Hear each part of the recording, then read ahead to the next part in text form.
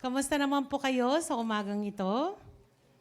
Excited na ba kayo mapakinggan ang word ni Lord para sa atin? Nako, grabe po. Isang buwan ko to pinoproseso. kasi syempre may yung assigned na word, no, yung ating word for our anniversary. Kung mapapansin nyo, puro one. Hindi po W-A-N, ha? Hindi si one. It's one. so, puro one. Kasi nga, we're celebrating our first year. And kaya sabi ko, paano kaya, Lord? Ano po yung gusto niyo? Ano po yung nasa heart niyo? And so, I'm so excited to share this word. This is something na nasa loko din this year while nasa LGC. I've heard this time and time again before, but for some reason sa LGC, the Lord highlighted this with us, with His glory, with full weight of His glory. So I believe this is the word of the Lord for us this morning. So pray muna tayo, Lord. Maraming salamat, Lord, for this privilege, for the honor to speak here in front, to just magnify your word, to release your word to each one of us today, Lord, na dadalihin namin as we write chapter 2 of our lives here sa LGC.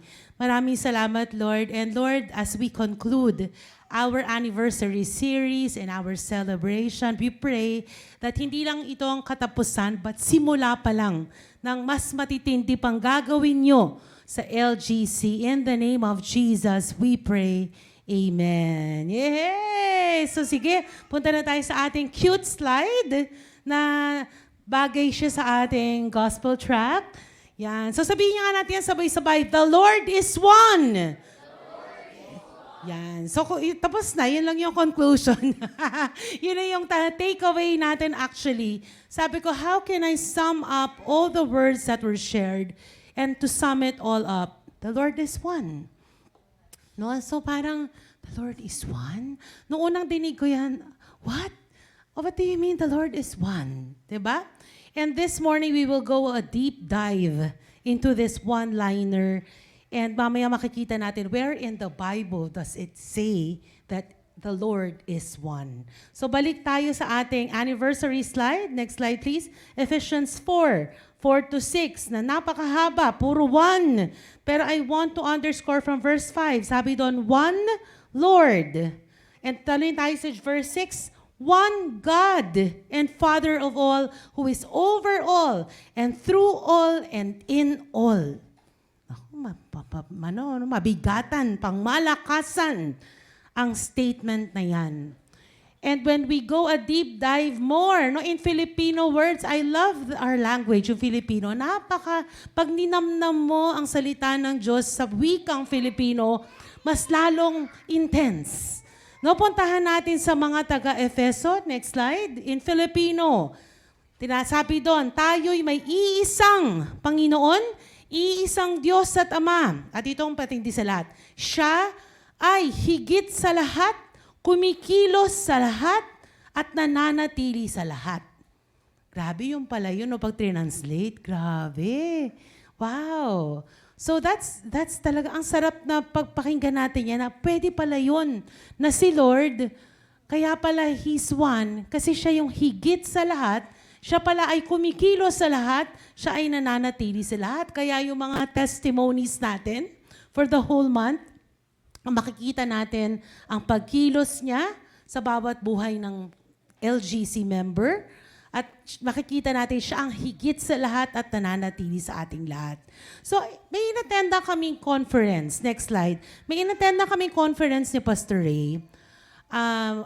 Ang isang topic doon, napakalinaw na naaalala ko, the algorithm of revival. Sino nakarinig na ng term na algorithm? Yan, di ba? Halos, ay nakakatawa, yung mga nagtaas ng kamay, yung mga millennials and Gen Z. Kuya Boy. Kuya Boy, define algorithm. So anyway, alam mo na itong term na to, si Pastor Ray tumatawa, pero siya rin. Joke lang. So, ano ba yung algorithm? So anyway, mga Gen Z millennials, it's a now word sa inyong henerasyon, no? Yung algorithm. Pero may tinatawag din na algorithm of revival. Kung paano tayo ma-revive in the Spirit, meron din actually din download si Lord na algorithm sa Bible. And sa TikTok, no, kailangan natin ma-decode yung algorithm para maaral natin kung ano yung magva-viral. So the same way, paano tayo magkakaroon ng revival? May algorithm din pala daw yan. Doon sa conference na inattenda namin. So the speaker there was Prophet Tommy Arayomi. Kung sa mga nabubulol sa apelido niya tulad ko, tandaan nyo lang yung term na aray. Arayomi, di ba? Para hindi ko, tinatandaan ko yung para hindi ako mabulol sa Arayomi, di ba? So anyway, pag sinasabi mong algorithm, pagdating sa revival or sa Bible, may tinuturo si Lord na prinsipyo sa atin, katotohanan, wisdom, step-by-step na proseso para makapag-decide tayo at makasolve ng problema. So in other words, meron palang binigay si Lord na algorithm. I've been moving in different churches, moving in revival, and for the longest time, dinidecode to eh. Para inaalam natin, ano nga ba, paano ba magka-revival, paano ba ma-spread yung love ni Jesus para may revive yung mga tao, ma-deliver sila, gumaling sila. Ang dami-dami natin inaaral, no? Mga DNA. Next month, mag-aaral na naman tayo ng limitless faith, ano ba yung pinaniniwalaan natin sa church, ganyan. But there's actually, next slide, may binigay si Prophet Tommy Arayomi na ni-reveal ni Lord sa kanya kung paano ma-decode. Yan. And one way to decode revival is to the greatest commandment. So tatanungin ko kayo ngayon, what is the greatest commandment? Nung tinanong si Jesus, naaalala nyo ba yung kwentuhan na yan? So, yan. Sagutin nyo na lang sa sarili nyo kasi baka mali yung maisagot nyo, no? So ano nga ba ang greatest commandment? Doon makikita ang isa sa matitinding algorithm ng revival. And that, we continue to move in this and we want to understand this. So next slide, what is the greatest commandment? So tinanong si Jesus na one of the teachers of the law came and heard them debating sa Mark 12:28-31. Noticing that Jesus had given them a good answer, he asked him, of all the commandments, which is the most important? Kasi bukod sa 10 commandments, ang dami pang ibang commandments, no? Sobrang daming commandments sa Bible or commands ni Lord.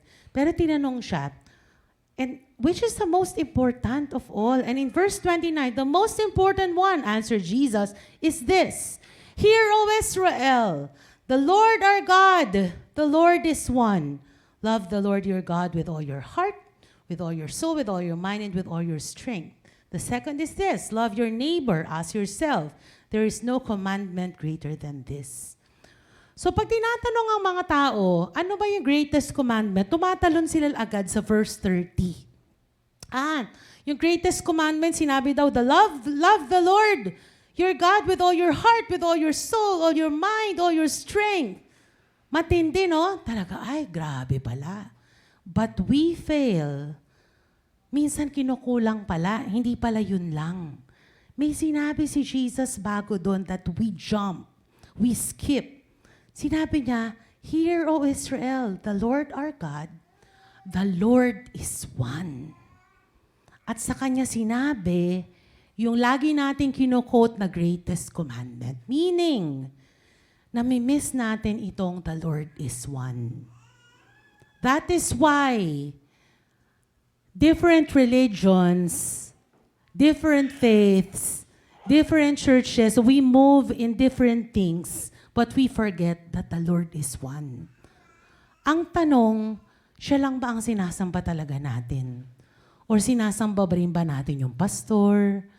At sa ibang relihiyon, mga santo, sa mga nagmo-move sa New Age, yung mga kristal, dinadagdagan natin. Feeling natin kulang si Lord. Hindi sapat eh. Kailangan dagdagan. Tapos kulang pa rin. Parang may kulang pa rin, magjojowa ako. Kasi parang kulang. Sasambahin ko ang pera. Kailangan yumaman ako. Kulang. Parang we think na kailangan lagi may add-ons. May plug-ins. Hindi pala ganun. Kasi sinabi, the Lord is one. Simple lang. Binigay niya yung simpleng algorithm ng revival. So next slide. And when you check the Bible, and I checked it myself, talagang binigay ni Lord yung algorithm na ito from the Old Testament to the New Testament that the Lord is one.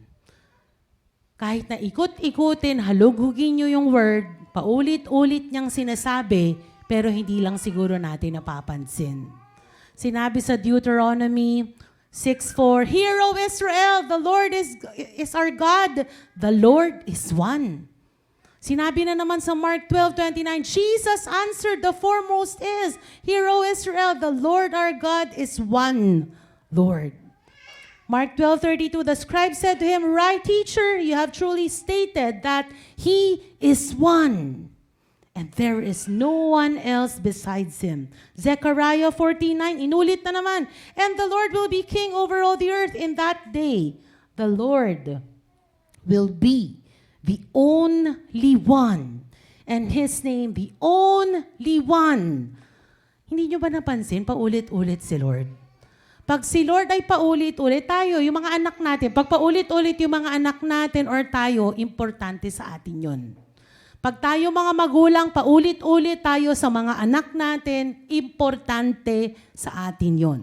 Hindi sa ninanag natin yung mga anak natin, but it's something valuable or important to us. That's why we give importance, we repeat it again and again. It is because importante sa atin yun. And that's how we can see the heart of our Father, how we can decode the algorithm in the Bible that it is important to Him that the Lord is one in our hearts. So ang tanong ko sa inyo ngayon, truly ba? Kasi ako po, Christian ako since 1991, ang tagal na hindi pa pinapanganak. Malamang ang kalahati dito, Christian na ako. Pero ang tanong, si Lord ba ang number one, ang only one? The Lord is one sa puso ko. I'm sorry to say, but it did not happen overnight. It took decades for me to truly say and confidently say na, Lord, you siyasatin mo ang puso ko. Truly, Lord, the Lord is one. Kayo lang po ang nasa puso ko. Truly.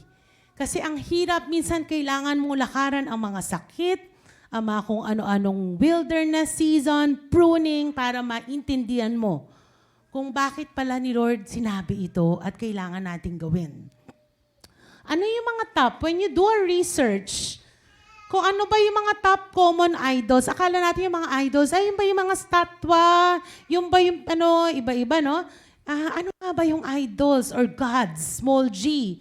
Ang daming relihiyon, pupunta ka pa sa temple. Pag nag-ano ka, no? Ay, magtitrip ako sa Japan. Magpo-post ka sa mga Buddhist temple. Punta akong China. Post ka naman sa, ganun din, no? Sa mga Diyos-Diyosan, sa Thailand, no? Iba't iba. Akala nila yun lang yun. Pero hindi lang yun. As Christians, it's easy to veer. Lalayo kayo ko niyan statwa, no? Parang umatik na sa atin. But we fail to realize that it is not only the statues, it is not only the graven images as the word says it, but it is a lot of things. Idols or gods with the letter G na small simply are the things that we put above Jesus or we put alongside Jesus. Ano-ano yon? It's very subtle. The most common thing na subtle is me, myself, and I. That's the most common idol that we have. That's why, this selfie generation going on, it's a symbolism of how we put ourselves usually on top of or alongside. Parang it's symbolic, no? But pag tayo may mga desisyon, talaga ba nating kinokonsulta si Lord? Or pala decision? Sino rito ang pala decision minsan, no? Inuunahan natin si Lord, or mas marunong pa tayo, Lord, ito kasi yung decision ko, gusto mo gumawa ng PowerPoint, ito kasi Lord yon. May diagram ka na gustong i-present kay Lord, ito kasi yung mga plano ko, Lord, tas magtatangs ka pa, siya na ba? Tas gusto mo, siya na nga, di ba? So sa love life natin, minsan, o ano ba yung, Lord, kinikilig ako, pag nakikita ko siya, may goosebumps, may spark, no? pag love life. Kung ano yung nararamdaman natin, ano yung nagpapakilig sa atin, ano yung feeling natin. Bala decision nga tayo eh. Kung ano yung feeling natin, mas makakubuti sa atin. Self. That's our number one idol. Like it or not, kahit napaka-humble, hindi, humble ako eh. Diba? Sino rito ang humble? Diba? Sabi nga nila, the moment you admit you're humble, then you have to check your heart. Diba? Yun. Minsan pa-humble, Lord, no? Number 2, ano ba yung mga idol natin? Aminin na natin, no? Pera, maging secure sa buhay, maging komportable, no? Magkaroon ng savings, mabuksan lahat ng opportunities, magkaroon ng swerte. Diba? Pag wala ka pa kay Lord, yung hindi pa natin alam eh, ay gusto kong swerte, no? Pasok tayo dito sa feng shui, bili tayo ng mga kristal, ng yung mga pusang, gumaganyan yung kamay, pampaswerte, mga kristal, mga statues, no? Mga iba't ibang mga rebulto. Akala natin, pag gawin natin yun, ay mas papala rin tayo, mas suswertehin yung pamilya natin. But no. Sabi ni Lord, the Lord is one. The Lord is one. So wag na natin samahan ng me, myself, and I. Tatlo na agad yun eh. Me, myself, I. Sabi ni Lord, I am one. The Lord is one. Wag mo nang sabayan ng mga pampaswerte. Alam niyo po ba, kami ni Pastor Ray ay madalas kami mag-redeem ng mga houses. Ang isa sa napakahirap i-let go ng mga tao sa kanilang bahay ay ang mga pampaswerte. Yung mga kabayo na nakaposisyon, horses itself, okay lang yun kasi creation ni Lord. But pag dinisplay mo ang kabayo para swertehin ang pamilya mo, pampaalis ng masasamang espiritu, then you are violating God's word when He said, the Lord is one. Sinamahan mo, okay lang naman. Nagpe-pray naman ako kay Lord, pero sasamahan ko na rin ang mga kabayo. No? Meron kami na pray sa Paco, Manila. Talagang ayaw talaga umalis ng demonyo. Lumulutang talaga siya, no? Talagang punong-puno. Talagang floating levels. Levitation. Diba? Sabi ko, ano kayang nito? Sabi ko, saan ba? Nag-mapping kami. Pinutahan na nga namin. Alam niyo po, ang na-discern nung kasama namin sa team, ang portal sa bahay niya, yung kabayo na naka-frame sa dingding. Kasi mga Chinese sila, ang kanilang paniniwala, usually sa cultural, no, we do not blame them, paniniwala nila, kailangan dagdagan si Lord. Hindi po pwedeng the Lord is one. Kailangan may 2, 3, 4, 5, X number. Kailangan dagdagan para swertihin. At meron din kami na pray ni Pastor Ray recently, dyan lang, sa kapitbahay lang namin. Ganon din yung kabayo na naman, no? And ang hirap i-bring up. Kasi alam kong mahal yun. Alam ko masakit sa kanila i-give up yun. So sinasabi ko, ate, paulit-ulit labas-pasok sa ospital, anxiety attack, ganyan. Ate, sabi ko sa kanya, and anyway, yung sinabihan namin pala sa Paco na nung kinast out namin, dinasarmahan namin yung spirit behind yung kabayong tumatakbo na nasa frame, umalis yung demonyo sa kanya completely. Yun yung pinaka-final finale dun sa Legion of Demons na nasa kanya. So akala lang natin, ang ganda naman ng feng shui nyo, no? Pangmalakasan. Pangmalakasan po ang karga niyan, guys. No? Ingat-ingat po tayo. And the next thing, pumunta kami ni Pastor Ray sa kapitbahay lang namin. Ate, kasi po sa experience po namin, ang hirap sabihin ng kailangan medyo dahan-dahan kay. Sa experience po namin, nagiging portal po kasi yan, ganito, ganyan. Kung gusto nyo po talaga maalis yung anxiety attack nyo, i-let go nyo na po yan. Sige, let go niya kung ano-ano ni-let go sa amin ng mga paraparnalya. Salamat ate, good. I-disarma na namin yan. At syempre naman, as expected, hindi niya ma-let go si horse. Kasi After 2-3 months, tumatawag na naman kay Pastor Ray, Pastor Ray! May anxiety na naman ako. Ganito na naman, nagkasakit na naman ako. And true enough, hindi na po ako sumama kasi alam ko na si Pastor Ray na lang ang pumunta at syempre naman, kahit na sinabi na namin na andun pa rin. Bakit? Hindi niya kaya? The Lord is one. Kay Lord na lang siya umasa.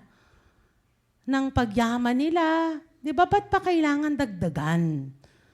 Meron po kaming pinipray din ni Pastor Ray, mayaman, Chinese millionaire. Sabi niya, may problema po ako, sabi niya sa amin. Alam ko po na mali ang mga kristal. Pero po, pag humihina yung negosyo ko, linalabas ko yung mga kristal, sabi niya ganon. At inaalis ko naman po, pag lumakas yung negosyo, aalisin ko naman. Pero, sabi ko, pag humina naman, ilalabas na naman? Opo, ilinalabas ko ulit pag humina yung negosyo. Ate, sabi ko sa kanya, kailangan pumili ka, yung kristal o si Lord. Hindi ka pwedeng dalawa o maasa ka dyan sa dalawa. Kasi, kaya ka rin naman pagyamanin ng Satan, no? Kaya niya ibigay ang mundo, di ba? Kaya po pabalik-balik yung cycle, kailangan yung putulin. And that is how we can learn na hindi natin kailangan sabayan yung pananampalataya natin that the Lord is one. Hindi natin kailangan tulungan si Lord. Hindi niya kailangan ng tulong natin. He is the sovereign one, the almighty, powerful, glorious, majestic God. Lahat ng superlative claim, He can have all those.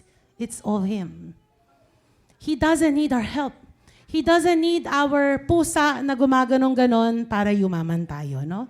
He doesn't, yung nasa taxi minsan dati, He doesn't need yung mga nilalagay, yung prenay namin. Ate, ilabas mo na yan. May nakakabit ba sa katawan mo? Pagtaas niya ng sa beobang niya, meron, anong tawag ni Pastora Jerly doon? Basta yung anting-anting sa tiyan. Para hindi siya lapitan ng masasamang espiritu at pagalingin siya. Ate, sorry pero kailangan alisin mo yan. The Lord is one. Hindi na niya kailangan ng chain sa tiyan, ng isusuot pa natin ng kung ano-ano, no?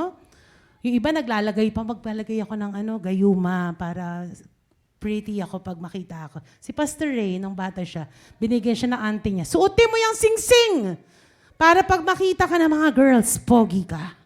Diba? The Lord is one. Hindi na kailangan ni Pastor Ray. Anointing, pwede na. No? Anointing, carry na ng anointing. The Lord is one. Ano pa? Ano yung mga idols natin? Relationships. One thing I learned in deliverance is that most people, our struggle is people-pleasing. Ang dami niyan. Ako mismo na biktima niyang spirito na yan, ng people-pleasing. And the root cause of people-pleasing is rejection. When you have been rejected time and time again, you want to please people. It's autopilot na hindi mo napapansin. You depend on people. Iba-iba. You need to have okay naman, family itself, it's okay.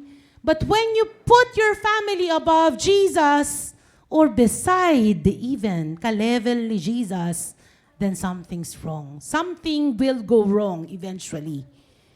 Kasi sabi ni Lord, the Lord is one. Hindi po ako nagsabi nun. Kahit ako, nagulat ako dun. The Lord is one. And sometimes we pad it with different romantic partners. Kailangan mag-date kami na mag-date ng boyfriend ko para talagang tumibay ang relasyon namin, no? Parang ganyan, no? Ang sagot ni Lord dyan, the Lord is one. Anak, sinik mo na ba ako? Sinik mo ba talaga yung heart ko sa relationship nyo? I learned it the hard way, no? And in our first year of LGC, that's one of the things the Lord stripped. Ang daming strinip ni Lord sa LGC. grabing wilderness and pruning season ko, which is not bad. I will choose to go through those all over again. Why? Because I will never realize that truly the Lord is one kung hindi niya in-strip lahat yan. In-strip ni Lord yung dependence ko sa finances, the friendships. You know, we had yung season natin in the past, syempre we had to let go of some relationships and friendships. And a lot of things that, you know, dati, there were times na nung medyo mas abundant, mas kaya mong bilhin, I had to let go of material things. I had to let go of my dependence sa health ko na, Lord, kaya to, malakas, no? Malakas. Kahit si Pastor Ray, dumaan sa ganyang season. And the worst pain of all, when I was here in LGC, and I am not blaming the Lord, I thank the Lord that He allowed this to happen. The pain of almost losing my daughters to spiritual warfare. That was the greatest pain. The threat of losing them both. And I was asking the Lord, kumbaga babalik Lord, naging faithful naman ako, Lord. Saan po ba ako nagkamali? Ano bang maling ginagawa ko? Ganito, ganyan. And so we went to that event. And the rema was, the Lord is one. Somehow, as a mom, you tend to hold on to that and I want to be the best mom. I want to be a good mom. And you look at your daughters, they're turning out well, they're good in school. People would say, ang bait ng anak mo. And all those subtle things that you hear and you have plans for your daughters to be successful, sometimes it gets in the way of what the Lord is saying. The Lord is one. We tend to idolize that, yes, one day magiging successful tong anak ko. And pasabihin ng mga tao, and people would tell me, even Pastor Ray, ang bait pong nanay. Grabe, no? Congratulations pag yung mga anak ko may mga awards. Congratulations, mommy! Kasi hindi lang success ng mga anak, pati mommy, syempre, no? May mga ganyan. But these are subtle things that got in the way. I didn't know. Unti-unti, nanonood na siya sa puso ko na hindi nahahalata. Kasi nothing's wrong with that. Those are my children. I want them to be successful. But in the process, minsan, ay hindi natin napapansin na nagtataas pala sila, no? So, next slide, we are designed to serve only one master. And in Matthew 6:24, sinabi yun, no? No one can serve two masters, for you will hate one and love the other. You will be devoted to one and despise the other. You cannot serve God and be enslaved to money. Hindi lang po money yan. Palitan niyo po yung money ng blank check. Kung ano-ano. You cannot be enslaved to a relationship or to whatever it is you're putting above God. He's our only master. We are called wives. We're called to tayo as women, we're called to submit to our husbands, but the Lord is the master of your husband. He's not our master. Our master is God, and our husband is submitted to that master. Grabe, no? And you know, one of the things that in that conference that was said was, people backslide because of duplicity. Ano yung sabihin nun? Hindi na nagiging isa yung master natin. Nagiging master na natin yung pera, yung boyfriend, yung girlfriend. And then, before we know it, we're backsliding. Hindi po pwede. Pipili ka lang ng isa minsan eh. Pag nagiging master mo na pareho. And sometimes, it is subtle. Sometimes, it's our ministry. Okay lang, para kay Lord naman yun eh. Pero hindi mo napapansin, yung ministry mo, mas mataas na siya kay Lord. Yung church mo, ina-idolize mo na yung church mo, mas mataas pa kay Lord. No? Very subtle yan. And so, we have to remember that we can only serve one master. Grabe. And so what happened? When I started, here in LGC, these all happened. When I started realizing this and making God my only one, the Lord is one, my health started to improve. Unti-unti, no? Extraordinary miracles started happening. My body parts that were removed previously from surgery started growing back here in LGC. I suddenly, when they checked my biopsy, they removed yung mga in the past, they checked it again, ultrasound. Ma'am, sigurado ba kayo na hysterectomy na kayo? Opo, sure ako. May document kayo to show it. Opo, meron po. Sabi ko, sana mahanap ko. Kasi minsan ang tagal na, hindi mo na mahanap. But nahanap ko, no? True enough. Removed ovary, removed uterus. Sabi niya, ma'am, meron kayong uterus. Dito, oh. Meron kang ovary. Kahit ako na yung mga doctors, nagpunta ako ng first opinion, second opinion, hindi nila ma-explain. And I wonder, Lord, why did you have to do that? Sana supernatural weight loss na lang, no? Minsan, why not? I believe in God for that also. Pero, Lord, ba't ganon? And I realized, syempre, when I have ovaries, uterus, my hormones will start balancing again.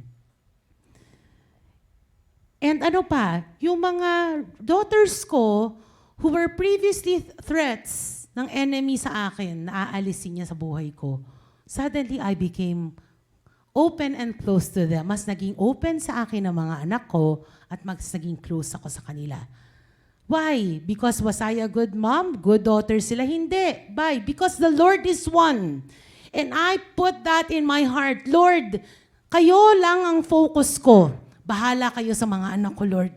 Hindi ko to kaya, Lord. This is beyond me. And I just fixed my eyes on Him. Yung parang kabayo na may, ano ba tawag doon? Yung, ayun. Yun. Nakaganon lang ako kay Lord. Yeah.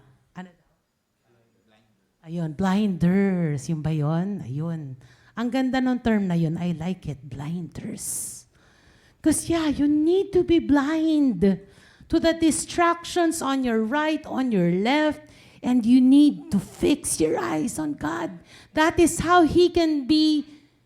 The Lord is one in your life.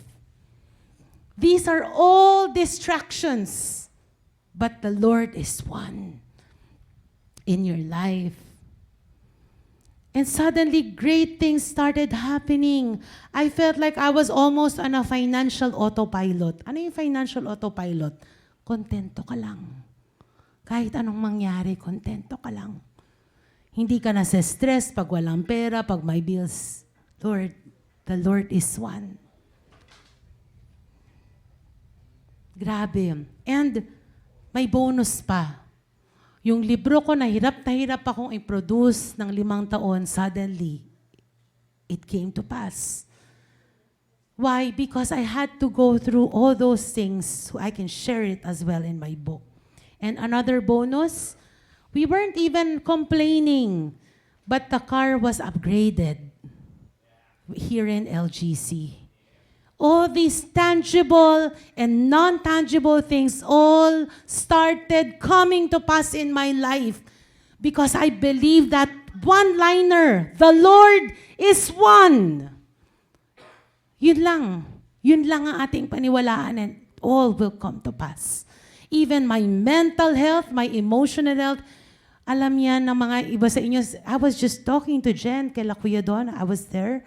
Nagkwekwentuhan kami ni Jen. Suddenly, may tinanong lang siya sa akin naman eh. Hindi naman niya kasalanan. May tinanong lang siyang isang tanong. And because my mental and emotional health was sobrang, it's not easy being a pastor. You cannot just share it to everyone. They're used to sharing it with you. Tumutulong ka mag-troubleshoot ng mga problema ng tao. Pero ang tanong, kamusta ka naman? Wala masyadong. Mahilig kami mga musta bilang pastor, pero ang tanong, kamusta ka naman? So si Jen asked me just one question, Ma, kamusta na? May tinanong siya. Pagtanong niya yun, siguro punong-puno na ba? It just started pouring out. And I just realized I'm so not in a good condition mentally and emotionally for me to just cry like this. And come to think of it, when she did that, punong-puno, iyak na ako ng iyak kay Lord noon. And by that time, naikwento ko na rin kila Ate G and Kuya Don. But still, ang dami pa kailangan ilabas. But praise God. Kasi ang solusyon lang pala, the Lord is one. So next slide. And kanina we were singing, let us not lift our hands to another. Diba? Give us clean hands and pure. Let us not lift our souls to another. Sabi ko, grabe yung song. That is my word for today. Bakit? God is a jealous God. Totoo ba? Pero sabi, love is not jealous. Iba po yung pagka-jealous. This is reverential. Ibig sabihin ng jealous God, wala kang pwedeng itabing kapantay niya or itaas above niya. Sabi sa NOG version ng Bible, Exodus 34:14, never worship any other God, small g, because Yahweh is Elkanah. Sino nakarinig na rito? Ngayon lang, no? Usually El Shaddai. Narinig natin lahat yun, no? Elohim, no? Pero Elkanah, meron palang Elkanah. Ibig sabihin ng Elkanah, jealous God. In fact, He is known for not tolerating rivals. No wonder, pag meron kang itinaas kapantay ni Lord or sa taas ni Lord, abangan mo yan. Maa-uproot yan sooner or later. He will not tolerate that. He will not.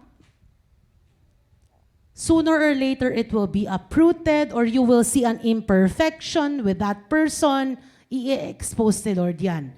Ito yung mas common. Exodus 34:14, do not worship any other God for the Lord whose name is jealous. Talaga, pangalan ni Lord, jealous? Yes, it's a proper noun with a capital G. Whose name is jealous, is a jealous God. And did you ever realize in Exodus, so this is Old Testament, before He was Jesus, He was jealous. Yan ang name niya. Ganun katindi.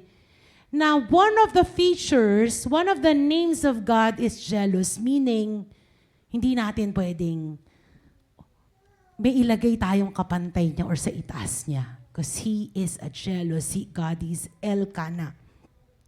So we should love God first, next slide, and foremost.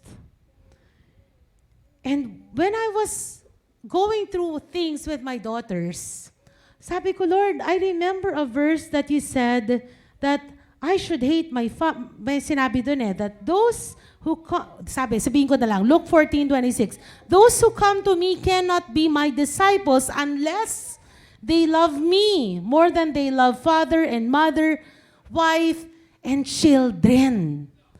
Sabi ko, Lord, talaga kasama yung children? Tininegotiate ko na sige. And in other versions, it's more harsh. Those who want to be my disciple, hindi daw pwede maging disciples unless they hate their father and mother. Sabi ko, Lord, hate is such a strong word.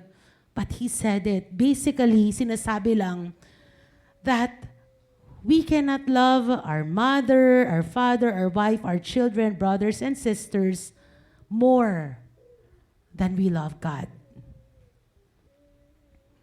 And when I was reading this, Lord, talaga kasama yung children. Lord, di ba gift nyo nga yung children? It is a heritage from You. But yes. And it doesn't take much, no? Ngayon, in social media, we see that. I'm also like that. Which is good. We build up our children. We share our children. That's fine. But once in a while, let's check our hearts. If Talaga bang mas love natin si God? Is He the one? Or minsan meron tayong may inaangat sa Kanya? Are we idolizing our children, no? Because why? Hindi ito ginawa ni Lord tong command na to torture us or to do a power trip. Kaya ito kinuman ni Lord is because alam niya na we are bound to get hurt. We are bound to get disappointed. Because our children are imperfect. Our parents are imperfect. Our husbands are wives. Sure ako, alam niyo yan, imperfect. Di ba yung mga karelasyon natin? Sometimes they leave. You know, it just recently happened to Pao. Milton had to go to abroad for work. He has to leave. Di ba? It's not a constant world. It's all changes. The only thing constant in this world is change. And if we do not make the Lord our one, madidiskaril tayo, guys. Diskaril tayo pag hindi si Lord. So sinabi rin natin, next slide, kanina kinakanta natin, "Oh Lord, we cast down our idols." And it's a powerful line in the song. Because idolatry is adultery. Hindi ako ulit nag-quote niyan. Sinabi yan sa Isaiah 57 verse 7, "You have committed adultery on even high mountain. There you have worshipped idols and have been unfaithful to me." Ganun pala katindi. Sometimes ginajudge natin yung mga nangangalunya, pero tayo rin pala minsan nangangalunya tayo kay Lord. When we put idols above Him rather. So, sige, let's just have a quick run through the bottom line of this word this morning. Alam ko matindi siya, no? Lord, salamat, Lord. And I don't want to even sugarcoat this word. I don't want. Because this word penetrated my heart like a double-edged sword. It pierced through my heart. And when it pierced through my heart, that's when the changes started happening in my life. The sword of the Spirit, allow it to pierce our hearts this morning. Because if we do not allow the Lord to pierce our hearts, we will remain calloused sa part na ito. And so we want to go to the bottom line. Job, let's go to the next slide. Punta na tayo sa bottom line, di ba? Just like what I kept saying kanina from verse 29, sabi doon, "The Lord our God, the Lord is one." Next slide then, Job. Yan. I-underline ko. So hindi ko yan inimbento para kitang-kita nyo si Lord yan. Bago niya sinabi yung greatest command, may sabi siya, kasi nga, pag hindi natin ma-realize yan, kahit na anong try nating mahalin siya ng buong puso natin, pero hindi naman siya nag-iisa. Diba? Hindi natin pwedeng ikanta sa Kanya yung sana dalawa ang puso ko. Hindi po pwede kay Lord yon. Kasi nag-iisa lang talaga si Lord. Lord talaga kahit na hindi talaga. It's non-negotiable to the Lord. So what is our algorithm? I want to share a secret decoded algorithm from the Word so we can receive this revival in LGC because we're starting to write our chapter 2. So these are our 3 points this morning. Ang dami kong kwento bago, no? Kasi kailangan matindi yung pretext bago talaga masalo yung context, no? Number 1, ito yung ating realization sa nasa-share ko mga kwento kanina. Number 1, love the Lord as your number 1. Sabi ni Lord, the most important one. Answer Jesus is this, "Hear, O Israel, the Lord our God, the Lord is one." So the question for us this morning, is Jesus truly the first and only one in your life? Truly ba? Truly ba siya yung number 1? Alala ko yung commercial nung Nido nung bata ko, "Mama, you're number 1." Diba? So masasabi ba natin kay Lord yun, "Lord, Daddy Abba, Daddy God, you're my number 1." And in LGC, and this is part of my testimony, it is where Truly, truly, truly, truly, I experience the Lord as my number one. All along, since the 90s, akala ko at even to the LGC days natin, akala ko, and I try my best, yeah. But it is when the closest people in my life were taken away, aka my daughters, when I realized, kung hindi sila nawala nung 3 months na yon, that the Lord was testing my heart, I will not realize. Parang science experiment, may constant, may aalisin. Ay, ganun pala yun.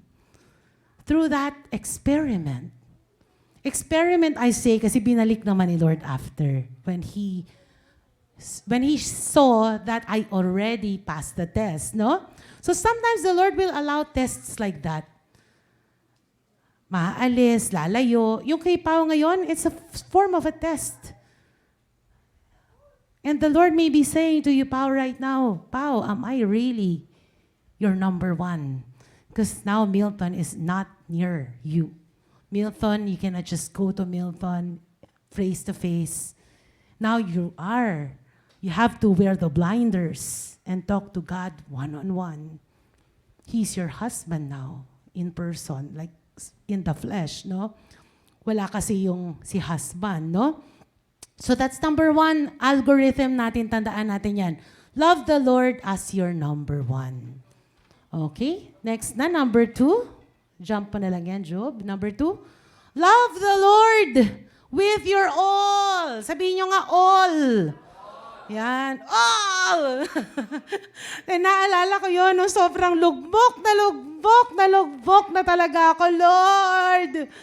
And I don't know if naalala nyo rito, sumalo ko that day, Jesus! Ganun na yung sigaw ko, Jesus! I was desperate. And I was shouting. Dito po galing sa ilalim ng kauturan. Jesus, I was essentially telling Him, Lord, kayo lang ang all in all ko, Lord. Kayo na lang ang meron ako. And that is, sabi sa verse 30, love the Lord your God with all your heart, with all your soul, with all your mind, and with all your strength.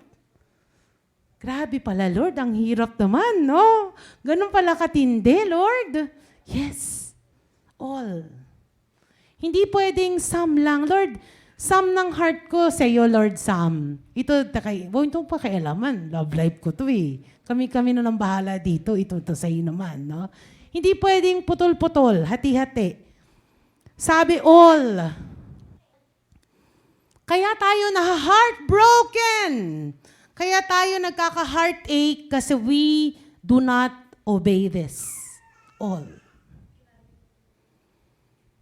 Ay, ganun pala, lahat-lahat. Yes, and you can ask Holy Spirit to help you if He cannot do that. I understand.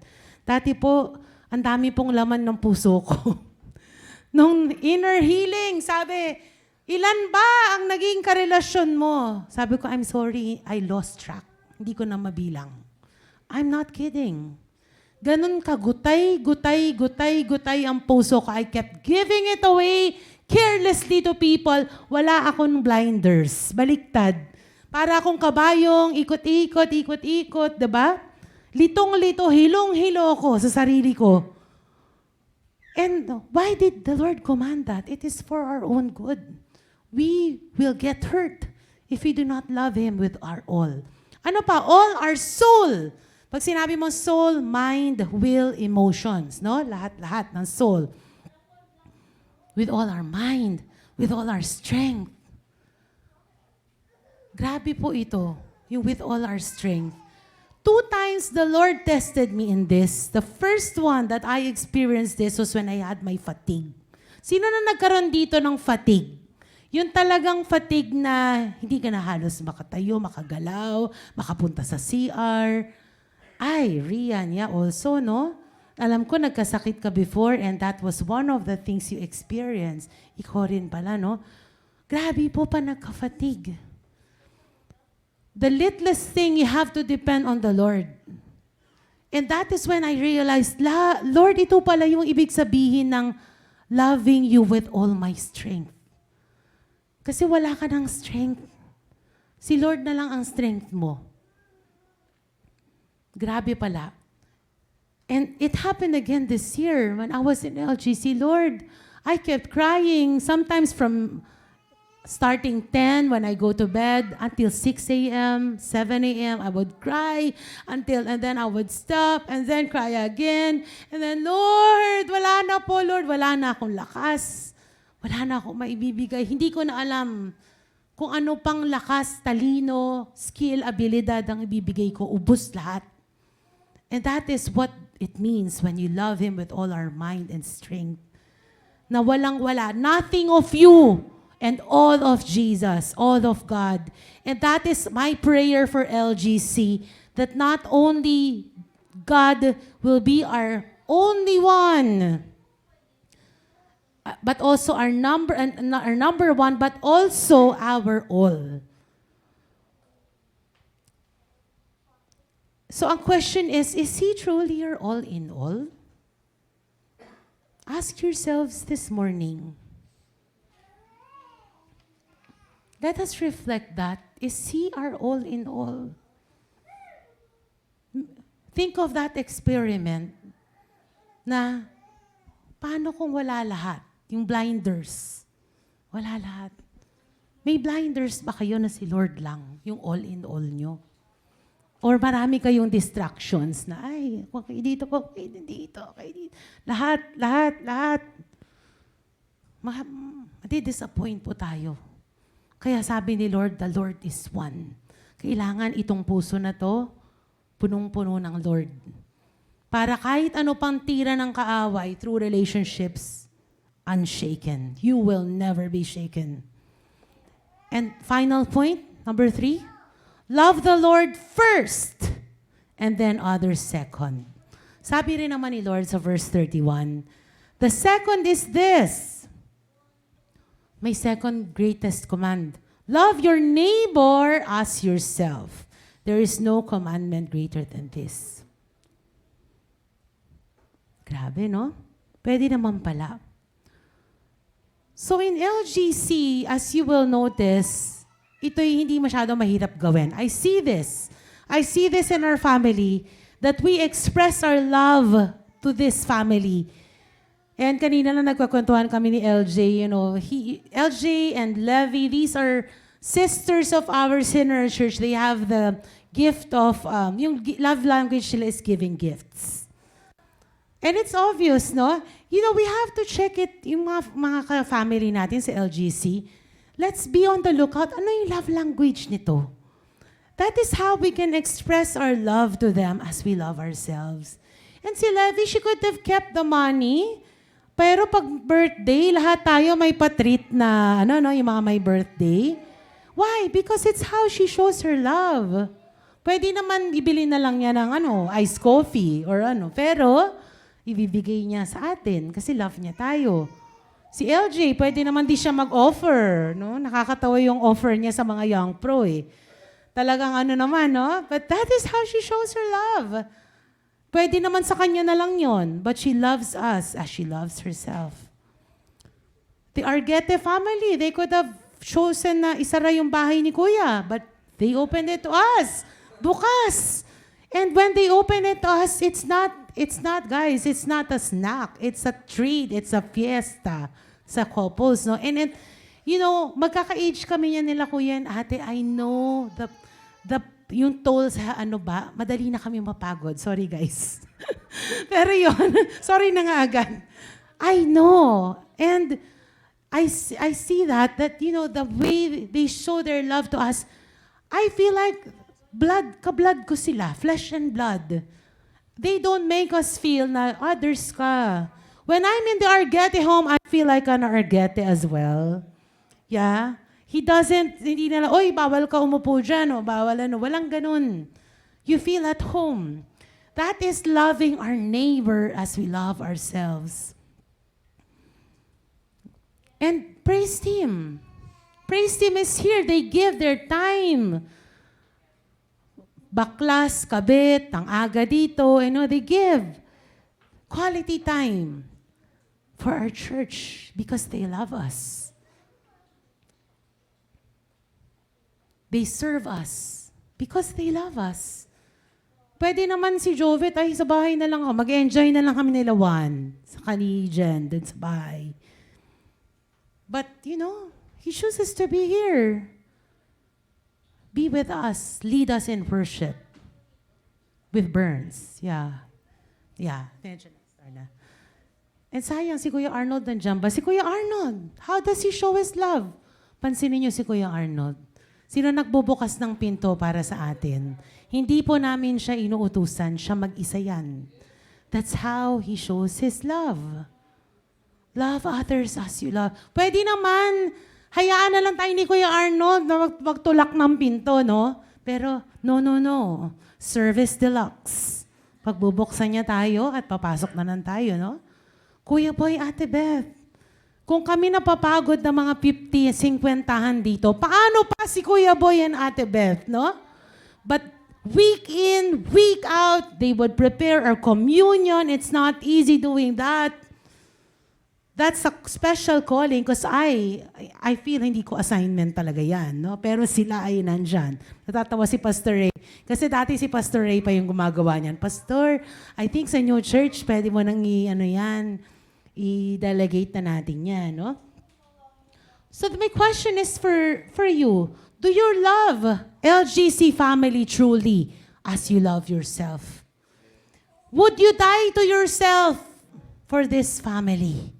Just the way Jesus did. Hindi necessarily na magpa-crucify, no, guys? Pero, ibig sabihin ko, yung die to self. Pupunta ka sa church every Sunday, just serving this church. You do not come here, paano ba ako pagsisilbihan ng church na to? Baliktad. You go to the church, paano ba ako makakapag-serve? How can I serve you, my family? How can I give value to this family? No? So what is the most important breakthrough? Next slide. I experienced at LGC. I learned through this church that the Lord is one. I learned to love Jesus truly. Hindi lang lip service na number one siya and nothing can ever compare to that love. And I understand now why Jesus answered, I am the way, the truth, and the life. Kasi pag hindi siya ang daan natin, kaya pala siya waymaker. Siya yung waymaker natin.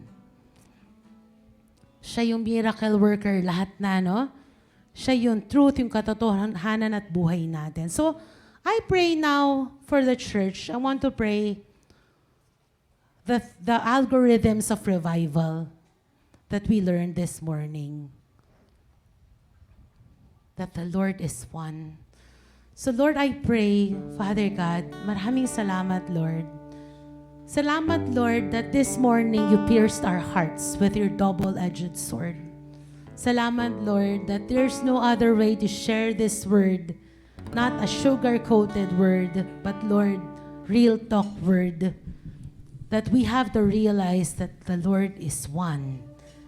I pray, Lord, if it's in your heart right now to repent kay Lord, na hindi siya yung number one nyo, hindi nyo siya namamahal ng buong buo, naiuuna nyo ang iba o sarili nyo bago siya, now is the time to repent. So Lord, I stand in the gap on behalf of this church, Lord. Lord, sorry, Lord, kung hindi namin kayong nauuna, Panginoon. Thank you, Lord, for this morning. You made us realize that you are one. The Lord is one. Lord, I pray for the hearts of this people, this church. That, Lord, kung meron man ibang nasa loob ng puso namin ngayon, Lord, we dethrone that idol this morning and we enthrone you in our hearts. Teach us, Holy Spirit, to love us with our all. All. We do not want to settle for less, oh God. Teach us to love our neighbors, our churchmates, as we love ourselves, just like one family, Lord. Hallelujah. Thank you, Lord. And Lord, I want to go back to the verse that Pastor Ryan said kanina, Lord. that you promise that as we do these things, we will receive blessings from you and righteousness from you. Lord, we declare all these, Lord, sa LGC, in Jesus' name, amen. And so as we will sing this song, and this is not just another song, it is important to me in this journey of being the Lord is one. Pastor Romel and Ate Susan Guevara sang this song. And I was bawling, I was crying my heart out to the Lord because this same song I learned in the 90s when I got saved. And it was just a full circle moment that the Lord made me realize that this journey of walking with the Lord is all about this. I thought about the name of my daughter, Sophia and Julia, and the Lord said, no, it's not your daughters, it's not you, it's me. There's no other name but my name.